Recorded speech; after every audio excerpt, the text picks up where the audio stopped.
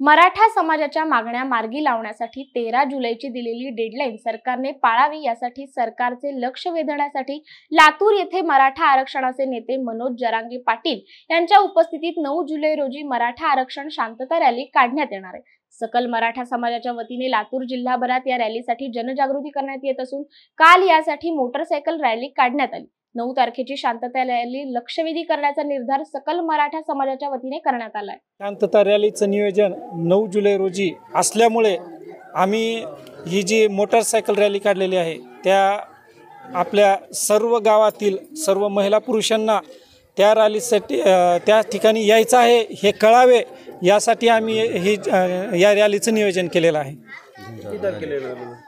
9 जुलै रोजी मनोजदादा जरांगे पाटील हे लातूर येथे सकाळी 12 वाजता छत्रपती शाहू महाराज चौक इथून रॅलीला चालू होईल व तेथे येतील त्यांनी।